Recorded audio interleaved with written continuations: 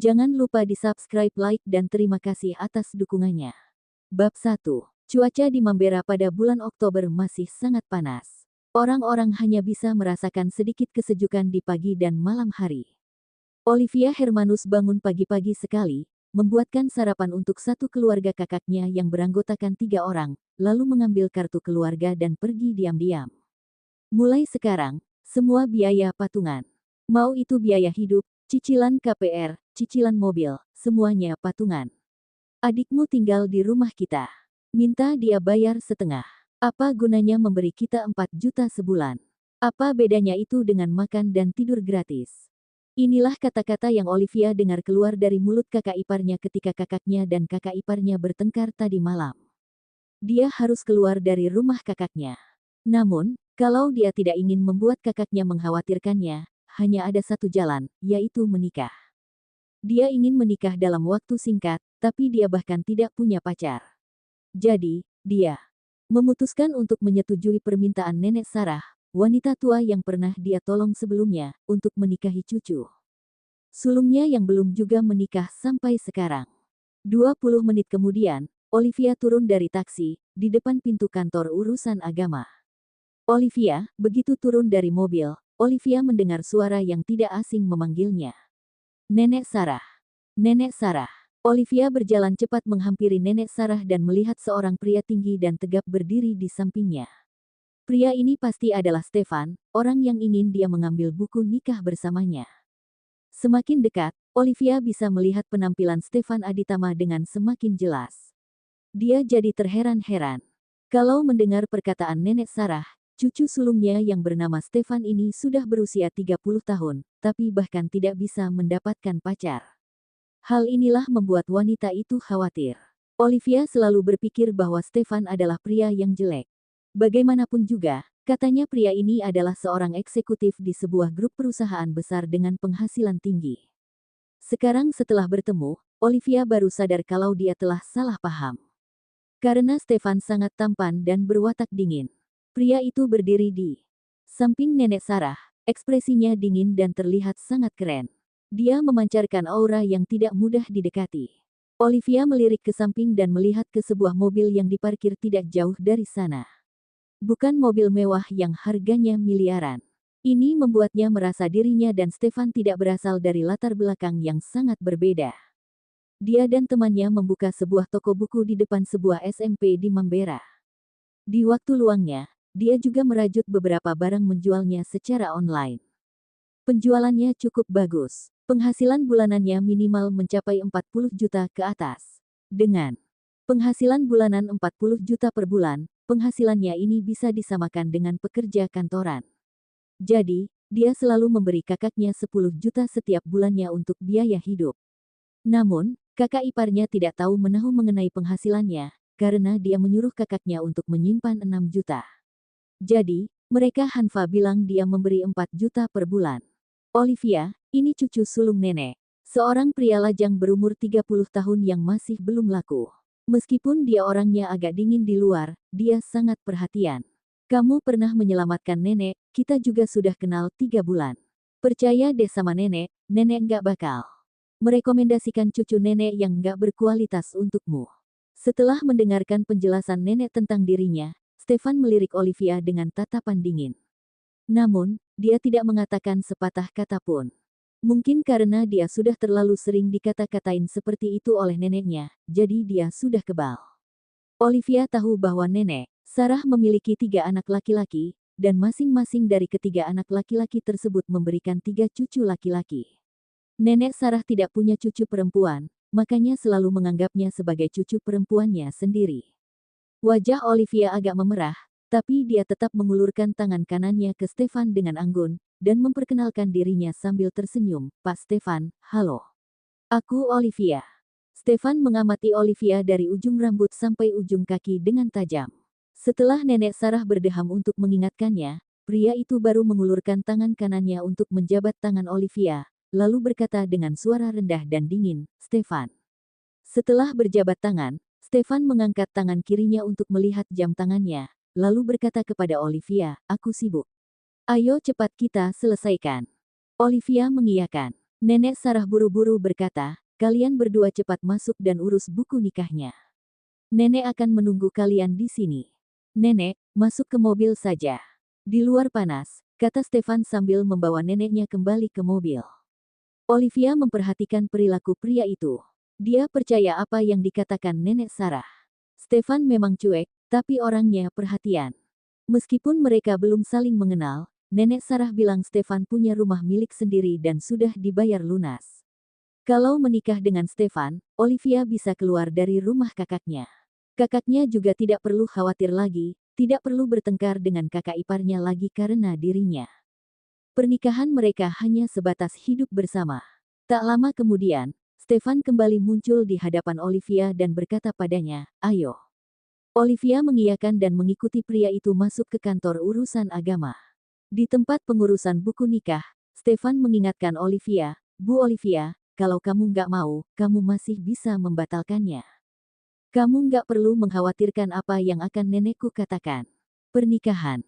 Katakan, pernikahan adalah hal yang besar, bukan permainan." Dia berharap Olivia akan membatalkannya. Karena dia tidak mau menikah dengan wanita yang baru dia temui sekali. Lanjut bab 2. Aku sudah menyetujuinya, jadi aku nggak akan menarik balik kata-kataku. Olivia juga sudah memikirkannya selama beberapa hari sebelum mengambil keputusan ini. Jadi, dia tidak akan mundur. Mendengar perkataan Olivia, Stefan juga tidak berusaha membujuknya lagi. Pria itu mengeluarkan kartu identitasnya dan meletakkannya di depan staf kantor urusan agama. Olivia juga melakukan hal yang sama. Keduanya dengan cepat menyelesaikan proses pembuatan buku nikah, yang memakan waktu kurang dari 10 menit. Setelah menerima buku nikah dari staf, Stefan mengeluarkan satu set kunci yang telah dia siapkan sebelumnya dari saku celananya. Dia kemudian menyerahkannya kepada Olivia dan berkata, "Rumah yang aku beli ada di Lotus Residence." Kata nenek, "Kamu membuka sebuah toko buku di depan SMP Negeri Kota Mambera. Rumahku nggak jauh dari sana. Kalau naik bus, kamu bisa sampai ke sana dalam 10 menit. Kamu punya SIM, nggak? Kalau punya, beli satu mobil saja. Aku bisa membantumu membayar DP, lalu kamu bayar cicilan setiap bulannya. Kalau ada mobil, kamu bisa lebih gampang pulang pergi kerja. Kerjaanku sangat padat. Aku sering pergi pagi dan pulang malam, terkadang juga harus melakukan perjalanan bisnis. Kamu jaga diri sendiri, nggak usah mengurusi aku. Aku akan mentransfer uang untukmu di tanggal 10 setiap bulannya setelah gajian. Selain itu, supaya nggak merepotkan, kita sembunyikan dulu pernikahan ini." Stefan mungkin sudah terbiasa memberi perintah di kantor, jadi dia langsung mengatakan rentetan hal tanpa menunggu Olivia menjawab. Olivia bersedia menikah dalam waktu singkat karena dia tidak ingin kakaknya bertengkar dengan kakak iparnya terus. Dia harus menikah dan pindah dari rumah kakaknya. Dengan begitu, kakaknya tidak akan khawatir lagi. Dia dan Stefan sebenarnya hanya hidup bersama. Stefan berinisiatif untuk memberi Olivia kunci rumahnya, jadi Olivia mengambilnya tanpa sungkan lagi. "Aku nggak punya SIM, jadi untuk saat ini nggak perlu beli mobil. Aku biasanya naik motor listrik untuk pulang pergi kerja.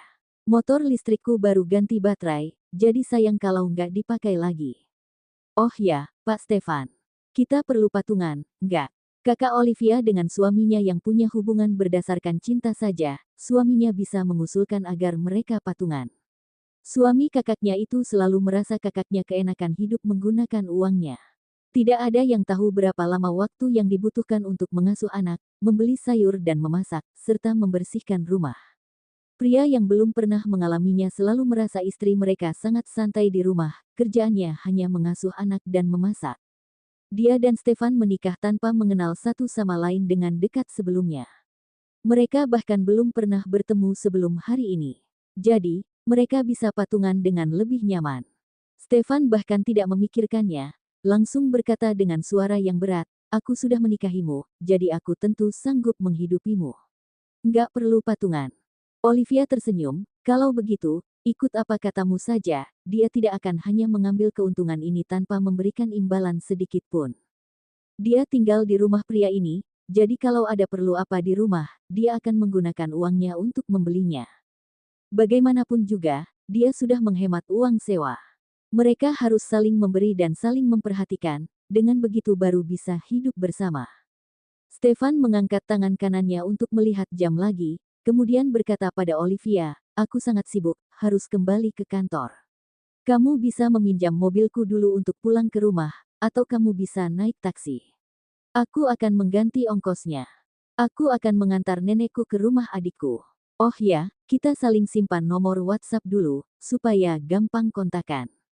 Olivia mengeluarkan ponselnya, bertukar nomor telepon dengan Stefan, lalu berkata, aku naik taksi sendiri saja. Kamu urus saja kerjaanmu. Oke, saling menghubungi saja kalau ada sesuatu. Sebelum pergi, Stefan masih memberi Olivia uang 400.000 untuk ongkos taksi. Olivia tidak ingin mengambilnya, tapi pria itu memelototinya, jadi dia tanpa sadar mengambil uang itu. Mereka, pasangan suami istri yang baru mengurus buku nikah, tidak meninggalkan kantor urusan agama bersama. Stefan duluan keluar, kemudian langsung naik mobilnya sendiri. Di mana cucu menantu nenek? Sarah bertanya heran ketika melihat hanya Stefan yang keluar. Kalian berdua masuk bersama, kenapa nggak keluar bareng? Kamu membatalkannya? Atau Olivia? Setelah memasang sabuk pengamannya, Stefan mengeluarkan buku nikahnya, menoleh dan menyerahkannya kepada neneknya. Kami sudah mendapatkan buku nikah. Aku sangat sibuk, jadi harus segera kembali ke kantor untuk rapat. Aku sudah memberinya uang 400.000, supaya dia bisa naik taksi pulang. Nenek, aku akan membawamu sampai ke persimpangan di depan. Setelah itu, biar pengawal yang membawa nenek pulang. Sesibuk apapun kamu seharusnya nggak meninggalkan Olivia sendirian di sana. Jangan pergi dulu. Tunggu Olivia keluar dan antar dia pulang sebelum kembali ke kantor, kata nenek Sarah, lalu ingin keluar dari mobil. Namun, pintunya dikunci. Nek, aku sudah berjanji pada nenek untuk menikahinya, jadi nenek nggak perlu mengurusi hal lain lagi. Aku sudah menikahinya dan akan menjalani hidup bersamanya. Jadi, aku akan membuat semua keputusan ke depannya. Selain itu, aku masih harus melihat sifat wanita itu pelan-pelan. Sebelum dia lolos tes, kami nggak akan menjadi suami istri yang sebenarnya. Sarah berkata, para pria di keluarga Aditama nggak pernah bercerai. Itu tergantung, apa istri yang nenek pilihkan untukku layak untuk aku hidupi seumur hidup, kata Stefan sambil menyalakan mobil. Kamu ini, mana ada suami sepertimu? Baru buah buku nikah, sudah meninggalkan istrinya sendirian dan pergi sendiri. Sarah tahu, batas kesabaran cucunya ini adalah setuju untuk menikahi Olivia. Selain itu, cucunya ini akan teguh pada prinsipnya. Dia juga tidak bisa berbuat apa-apa. Kalau dia terlalu memaksa, dia malah akan membuat Olivia menjadi janda, menghancurkan masa depan anak itu. Stefan membiarkan neneknya memarahinya. Jika Olivia benar-benar orang yang baik, dia akan membahagiakan wanita itu. Kalau wanita itu ternyata menipu neneknya dan berpura-pura baik, maka dia akan menceraikan wanita itu setengah tahun lagi. Lagi pula, dia tidak akan menyentuh wanita itu. Mereka juga menikah diam-diam. Jadi, wanita itu masih bisa menikah dengan pria lain. Setelah berkendara sekitar 10 menit, mobil Stefan berhenti di sebuah persimpangan. Ada beberapa mobil mewah terparkir di sana, salah satunya sebuah Rolls-Royce. Stefan menghentikan mobilnya di pinggir jalan, keluar dari mobil dan melemparkan kunci mobilnya ke pengawal yang menunggu. Setelah itu, dia memerintahkan, antar nenek pulang ke rumah. Sarah berdebat, nenek nggak mau pulang. Nenek mau tinggal bersamamu, menemani cucu menantu nenek. Namun, cucu sulungnya itu sudah masuk ke mobil Rolls-Royce-nya dan tidak mau mendengar protes dari neneknya. Sarah pun hanya bisa melihat cucu sulungnya itu pergi naik mobil mewahnya. Stefan sebenarnya adalah cucu dari perusahaan terbesar di Mambera, juga kepala keluarga dari keluarga terkaya di kota itu. Dia memiliki kekayaan bersih sebesar ratusan triliun. Dasar anak itu, kejam sekali. Nenek Sarah mengomel dan bergumam dengan kejam, bagusnya kamu itu jatuh cinta pada Olivia nanti. Nenek mau lihat kamu menjilat omonganmu sendiri. Semarah apapun dia juga tidak bisa menyuruh cucunya itu kembali ke sana. Jadi, Sarah pun buru-buru menelepon Olivia, yang sudah dalam perjalanan pulang dengan taksi. Olivia, Stefan terlalu sibuk dengan pekerjaannya, jadi jangan marah, ya. Olivia menyentuh buku nikah yang dia masukkan ke saku celananya dan berkata, Nenek Sarah, aku mengerti, kok. Aku nggak keberatan. Nenek nggak perlu merasa bersalah. Dia juga sudah memberiku ongkos untuk naik taksi. Aku sudah dalam perjalanan pulang sekarang. Kamu sudah menikah dengan Stefan, masih saja memanggil nenek dengan sebutan Nenek Sarah. Olivia membeku sesaat, lalu mengubah panggilan itu menjadi nenek. Sarah menjawab dengan girang. Olivia, mulai sekarang kita adalah keluarga. Kalau Stefan berani menindasmu, beritahu nenek. Nenek akan memberi pelajaran padanya. Dia mendapatkan cucu menantu ini dengan susah payah, jadi dia tidak akan membiarkan cucunya itu menindas cucu menantunya ini. Lanjut bab 3. Nek, tentu. Olivia menanggapi dengan santai. Meski nenek Sarah memperlakukannya dengan sangat baik, Stefan adalah cucunya sendiri, sedangkan dirinya hanya seorang cucu menantu. Kalau mereka bertengkar, memangnya keluarga Aditama akan memihak padanya? Olivia tidak percaya. Sama seperti mertua kakaknya. Sebelum menikah, mereka begitu baik kepada kakaknya. Saking baiknya, putri kandung mereka sampai cemburu. Setelah menikah, mertua kakaknya berubah. Setiap kali kakaknya dan suaminya bertengkar, ibu mertua kakaknya pasti akan bilang bahwa kakaknya bukan istri yang baik. Jadi, anak adalah keluarga sendiri, sedangkan menantu adalah orang luar. Kamu mau pergi kerja, kan? Kalau begitu nenek nggak ganggu lagi, deh. Nenek akan menyuruh Stefan untuk menjemputmu dan makan malam bersamamu nanti. Nek, tokoku tutupnya malam. Aku mungkin nggak bisa pulang untuk makan. Gimana kalau di akhir pekan? Sekolah libur di akhir pekan. Bagi toko buku seperti miliknya yang bergantung pada murid sekolah untuk membeli dagangan mereka, bisnis mereka pasti akan sepi di hari libur. Mereka bahkan tidak perlu buka toko. Makanya dia bisa buka waktu. Boleh. Nenek Sarah berkata dengan penuh perhatian, kalau begitu, kita bicarakan lagi nanti di akhir pekan. Kamu kerja saja dulu. Sarah pun mengambil inisiatif untuk mengakhiri panggilan tersebut. Bukannya langsung pergi ke toko, Olivia malah mengirim pesan ke temannya, Junia Santoso, memberitahu temannya itu bahwa dia akan ke toko sebelum jam pulang sekolah. Setelah melakukan hal terbesar dalam hidupnya, dia harus pulang dan memberitahu kakaknya, kemudian pindah dari rumah kakaknya. 10 menit kemudian, Olivia sampai di rumah kakaknya. Kakak iparnya sudah pergi kerja, sedangkan kakaknya sedang menjemur baju di balkon. Melihatnya pulang, kakaknya bertanya, Olive, kok kamu pulang? Hari ini nggak buka toko. Aku akan ke sana siang nanti. Siang hari biasanya ramai. Russell belum bangun. Russell adalah keponakan Olivia, yang baru berusia 2 tahun sekarang, tepat di usia di mana seorang anak sedang nakal-nakalnya. Belum. Kalau dia sudah bangun, rumah nggak akan sesunyi ini. Olivia membantu kakaknya mengeringkan pakaian dan bertanya tentang tadi malam. Olive, kakak iparmu bukannya ingin mengusirmu.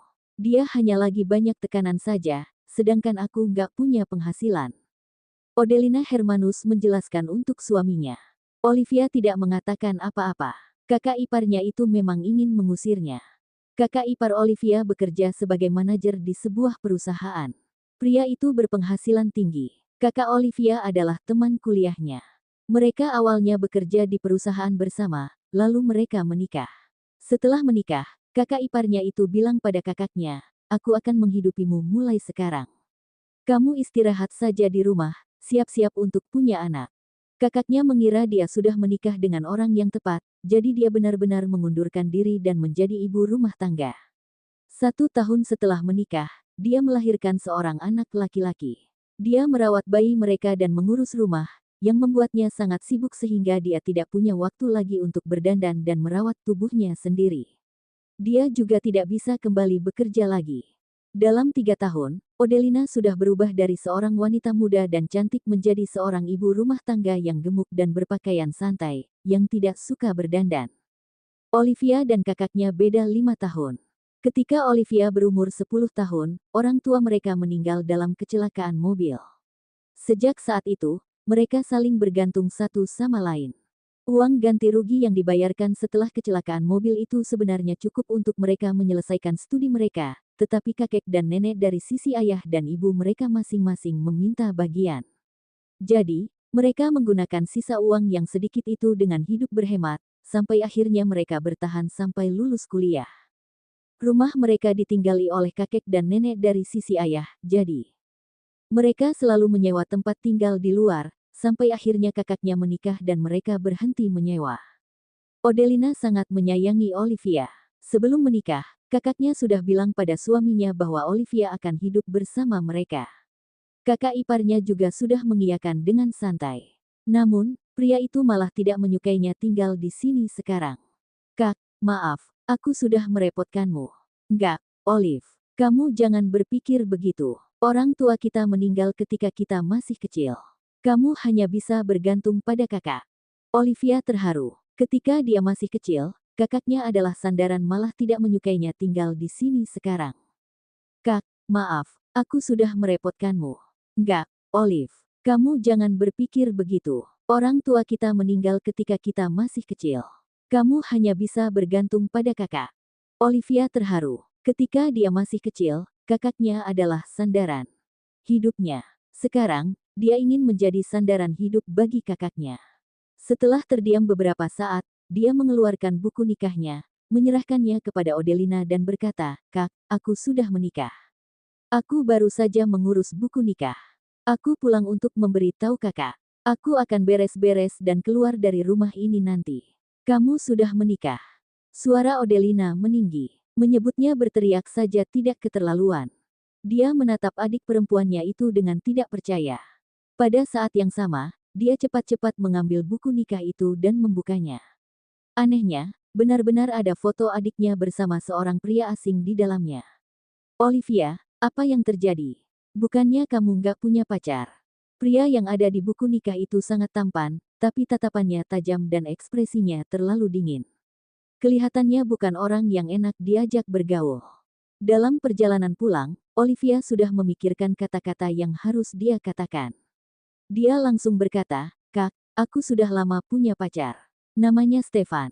Hanya saja, dia terlalu sibuk dan belum bisa menemukan waktu untuk datang menemui kakak. Dia melamarku dan aku setuju untuk menikah dengannya. Kemudian, kami pergi ke kantor urusan agama untuk mengurus akta nikah. Kak, dia pria yang sangat baik. Dia juga memperlakukanku dengan sangat baik. Jangan khawatir, Kak. Aku akan hidup bahagia." Odelina masih tidak bisa menerima fakta ini. Dia tidak pernah mendengar Olivia bilang bahwa dia punya pacar, tetapi adiknya itu tiba-tiba bilang dia sudah menikah. Dia teringat akan pertengkarannya dengan suaminya semalam. Adiknya ini mendengar pertengkaran itu. Mata Odelina langsung memerah. Dia berkata kepada Olivia, "Olive, kakak ada bilang pada kakak iparmu kalau kamu ada kasih uang makan. Jadi, kamu nggak perlu khawatir untuk tinggal di sini. Kamu nggak perlu cepat-cepat menikah, ataupun cepat-cepat pindah." Dia berani bertaruh, adiknya ini pasti belum lama mengenal pacarnya itu. Kalau tidak, adiknya pasti sudah memberitahunya. Mereka tiba-tiba mengurus buku nikah hari ini karena suaminya tidak menyukai adiknya yang terlalu lama tinggal di sini. Adiknya pun buru-buru menikah untuk mencegah ketidakharmonisan dalam pernikahannya. Olivia menghibur kakaknya sambil tersenyum, "Kak, ini benar-benar nggak ada hubungannya denganmu. Stefan dan aku saling mencintai. Aku akan hidup bahagia. Kak, kakak seharusnya senang." Odelina terus menangis. Olivia memeluk kakaknya dengan tidak berdaya. Ketika kakaknya selesai menangis dan lebih tenang, dia berjanji, "Kak, aku akan sering pulang untuk menemui kakak. Rumah Stefan ada di Lotus Residence, nggak jauh dari sini. Naik motor listrik hanya 10 menit." Bagaimana latar belakang keluarga pria itu? Semuanya sudah terjadi, jadi Odelina hanya bisa menerima kenyataan. Dia pun menanyakan latar belakang keluarga adik iparnya. Olivia tidak begitu tahu tentang keluarga Aditama. Meski dia dan nenek Sarah sudah saling kenal selama 3 bulan, dia tidak pernah menanyakan tentang keluarga Aditama. Kalau nenek Sarah memberitahunya, dia hanya mendengarkan. Yang dia tahu, Stefan adalah cucu tertua dan masih ada banyak adik laki-laki di bawahnya termasuk sepupu. Stefan bekerja di salah satu perusahaan terbesar di Mambera, punya mobil dan rumah, dan kondisi keuangan keluarganya juga cukup bagus. Olivia memberitahu kakaknya apa yang dia ketahui. Mendengar adik iparnya membeli rumah tanpa menyicil, Odelina berkata, "Itu harta pranikahnya, Olive. Apa kamu bisa memintanya untuk mencantumkan namamu di sertifikat rumahnya? Kalau nama adiknya ditambahkan ke sertifikat rumah, setidaknya jadi ada jaminan." Lanjut bab 4. Kakak sendiri yang bilang, itu properti yang dimilikinya sebelum menikah. Aku nggak membayar sepeser pun. Nggak masuk akal dong kalau memintanya menambahkan namaku di dalam sertifikat rumah. Hal ini nggak usah dibahas lagi. Begitu mereka selesai mengurus buku nikah, Stefan langsung memberi Olivia kunci rumahnya. Olivia bisa langsung pindah dan tinggal di sana. Ini sudah membantunya dalam masalah tempat tinggal. Sudah sangat bagus. Dia tidak akan meminta Stefan untuk menambahkan namanya ke sertifikat rumah. Namun, kalau Stefan yang berinisiatif sendiri untuk menambahkan namanya, dia tidak akan menolak, karena mereka adalah suami istri, dan mereka akan hidup bersama seumur hidup. Odelina sebenarnya juga hanya bilang saja. Dia tahu adiknya orangnya mandiri dan tidak rakus akan uang. Jadi, dia juga tidak mempermasalahkan hal ini lebih lanjut. Setelah diinterogasi dengan banyak pertanyaan, Olivia akhirnya bisa keluar dari rumah kakaknya. Kakaknya ingin mengantarnya ke Lotus Residence, tetapi keponakannya kebetulan terbangun. Anak itu langsung menangis dan mencari ibunya. Kakak urus Russell saja dulu. Barang-barangku juga nggak banyak. Aku bisa ke sana sendiri. Odelina masih harus menyuapi putranya makan. Setelah itu, dia masih harus menyiapkan makan siang. Kalau suaminya pulang untuk makan siang ini dan makanan belum siap, suaminya pasti akan memakinya dan bilang dia tidak melakukan apapun di rumah, sampai memasak saja tidak bisa. Dia hanya bisa berkata, kalau begitu, kamu hati-hati di jalan. Nanti siang mau datang makan bareng, nggak? Ajak suamimu Kak, aku harus ke toko siang nanti, jadi aku nggak datang untuk makan, ya. Suamiku sangat sibuk. Dia bilang dia mau melakukan perjalanan bisnis sore ini, jadi mungkin harus menunggu beberapa waktu baru bisa mengajaknya datang untuk bertemu dengan kakak. Olivia berbohong. Dia tidak mengenal Stefan sama sekali, tapi pernah mendengar dari nenek Sarah kalau pria itu sangat sibuk dan setiap hari pasti pergi pagi pulang malam. Terkadang pria itu masih harus melakukan perjalanan bisnis, dan sekali pergi biasanya bisa belasan hari sampai setengah bulan. Dia sendiri juga tidak tahu kapan pria itu ada waktu luang, jadi dia tidak berani berjanji pada kakaknya, daripada nantinya harus mengingkari janji. Baru urus buku nikah sudah melakukan perjalanan bisnis. Odelina merasa adik iparnya itu kurang perhatian terhadap adiknya. Kami hanya mengurus buku nikah saja dan belum mengadakan pesta. Biarkan saja dia melakukan perjalanan bisnis, menghasilkan lebih banyak uang, karena nanti masih banyak hal yang memerlukan uang. Kak, aku pergi dulu, ya. Kakak suapi Russell makan saja. Olivia melambaikan tangan kepada kakak dan keponakannya, lalu menyeret kopernya turun ke bawah. Dia tahu di mana Lotus Residence, tapi dia belum pernah masuk ke sana. Dia memanggil taksi dan langsung pergi ke Lotus Residence. Sesampainya di sana, dia baru teringat bahwa dia tidak tanya pada Stefan rumah pria itu ada di lantai berapa. Dia pun segera mengeluarkan ponselnya dan menelepon pria itu. Stefan sedang rapat dan semua orang di ruang rapat telah mengatur ponsel mereka ke mode silent. Selama rapat tersebut berlangsung, semua orang tidak diperbolehkan melakukan panggilan untuk urusan pribadi. Stefan juga mengatur ponselnya ke mode silent, tetapi dia meletakkannya di atas meja, dan dia melihat ada telepon dari Olivia. Ketika mereka saling bertukar WhatsApp, dia tidak memberi nama pada kontaknya Olivia. Jadi, ketika wanita itu meneleponnya, tidak ada nama yang muncul. Dia pun tidak berpikir panjang dan langsung mematikan telepon itu karena melihat telepon itu berasal dari nomor yang tidak dikenal. Setelah itu, dia juga memblokir nomor Olivia. Olivia tidak tahu menahu mengenai semua itu. Melihat Stefan tidak mengangkat teleponnya, dia pun mengetik pesan untuk pria itu.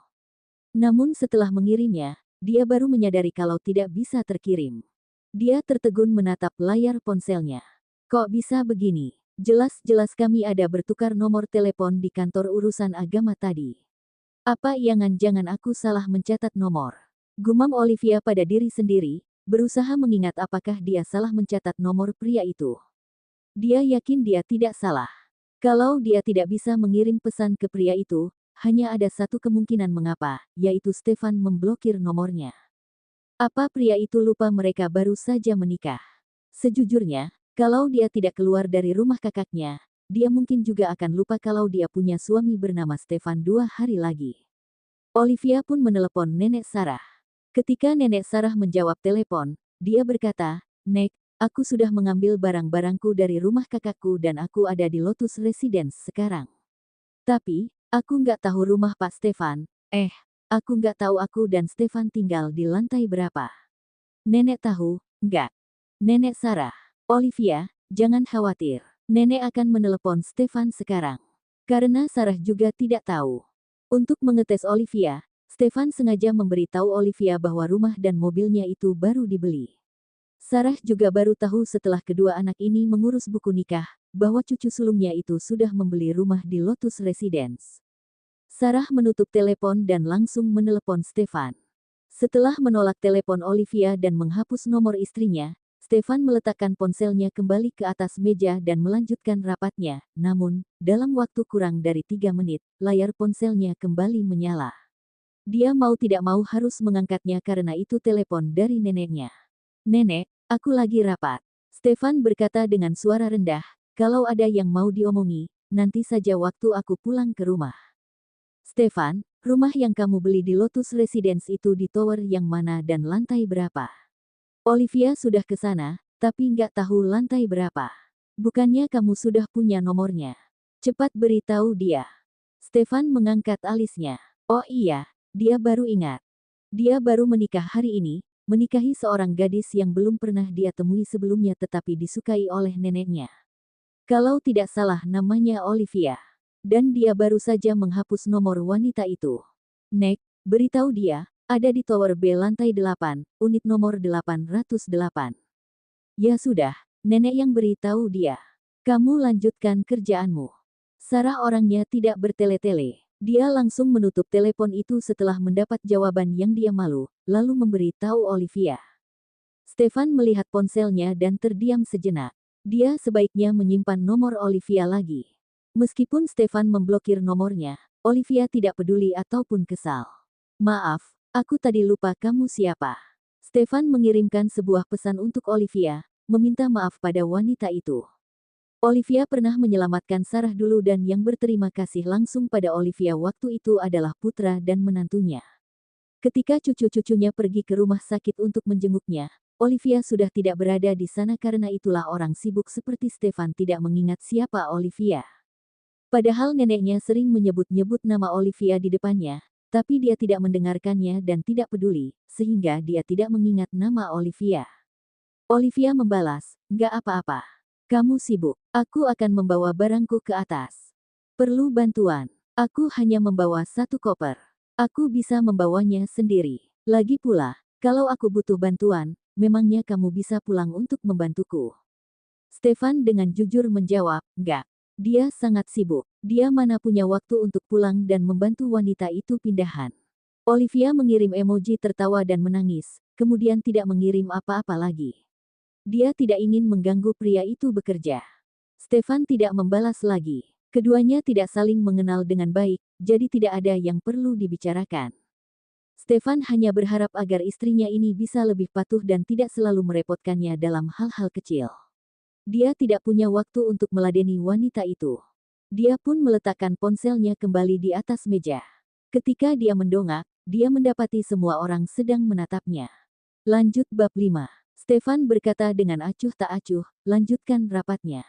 Orang yang duduk paling dekat dengannya adalah adik sepupunya, yaitu cucu kedua dari keluarga Aditama yang bernama Kelvin Aditama.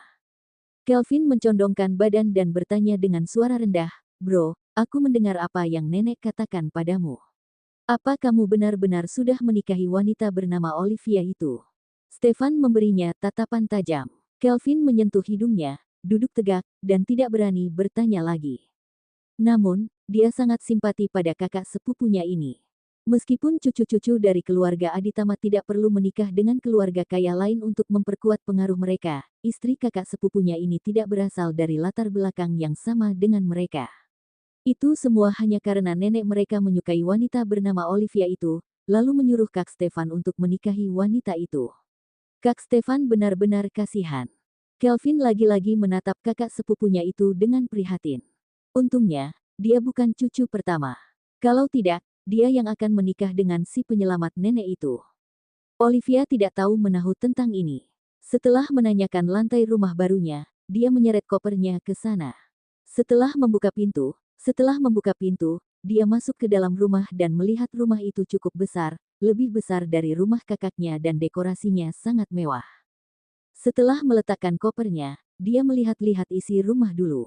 Rumah ini akan menjadi rumahnya mulai sekarang. 2 ruang tamu, 4 kamar tidur, 1 dapur, 2 kamar mandi, dan 2 balkon. Setiap ruangan cukup besar. Olivia memperkirakan luas rumah ini minimal 200 meter persegi. Perabotannya sangat sedikit, hanya ada sofa, meja tamu, dan lemari penyimpanan alkohol di ruang tengah. Dari 4 kamar tidur, hanya 2 kamar yang sudah diisi tempat tidur dan lemari. 2 kamar lagi masih kosong. Kamar utama adalah sebuah suite, yang dibagi menjadi beberapa ruangan lagi, yaitu kamar tidur, ruang pakaian kecil, ruang kerja kecil, dan kamar mandi. Meskipun sudah dibagi menjadi beberapa ruangan, kamar tidurnya masih sangat luas. Hampir sama luasnya dengan ruang tamu. Ini pasti kamar Stefan. Olivia memilih untuk tinggal di kamar satu lagi yang sudah ada tempat tidurnya. Kamar itu berada di sebelah balkon, memiliki pencahayaan yang baik dan terpisah satu kamar dengan kamar utama, sehingga mereka berdua bisa punya privasi. Meski sudah menikah, Olivia pikir, asalkan Stefan tidak berinisiatif untuk meminta mereka melakukan kehidupan suami istri, dia tidak akan pernah mengungkitnya. Setelah menyeret kopernya masuk ke kamar, Olivia pergi ke dapur. Dapurnya bersih, tidak ada satu peralatan masak pun di sana. Balkon di kedua sisi juga kosong. Karena tempatnya yang besar, bahkan kedua balkon tersebut memberikan kesan yang sangat luas. Olivia pikir, kalau dia merawat beberapa jenis bunga di sana, lalu membeli kursi ayun dan menaruhnya di sana, dia jadi bisa membaca buku dan melihat bunga sambil duduk di kursi ayun kalau sedang bersantai.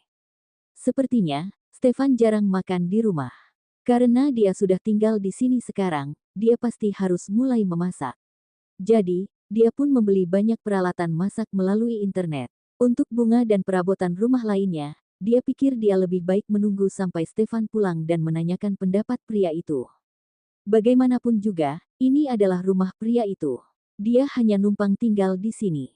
Setelah memesan beberapa peralatan dapur, Olivia melihat ke arah jam. Dia harus cepat-cepat pergi ke toko untuk membantu temannya. Dia mengambil kunci dan ponselnya, lalu bergegas turun. Ketika dia sampai di toko, kebetulan sudah jam pulang sekolah. Temannya, Junia, bertanya padanya, "Olive, pagi ini kamu ngapain?" "Kakak dan kakak iparku sering bertengkar karena aku akhir-akhir ini. Setiap hari bertengkar. Setelah dipikir-pikir, aku lebih baik pindah dari sana," kata Olivia, memandang temannya dengan tak berdaya sambil merentangkan tangannya. "Jadi, aku baru saja pindahan pagi ini." Memikirkan kakak iparnya Olivia, Junia sampai tidak bisa berkata-kata. Dia menghela napas dan berkata, "Pria selalu suka mengatakan aku akan menghidupimu, tapi setelah benar-benar menghidupi wanita, mereka malah jadi suka mengeluh dan mengoceh. Sebagai wanita, kita nggak hanya harus berjuang demi keluarga, tapi juga sering disalahpahami.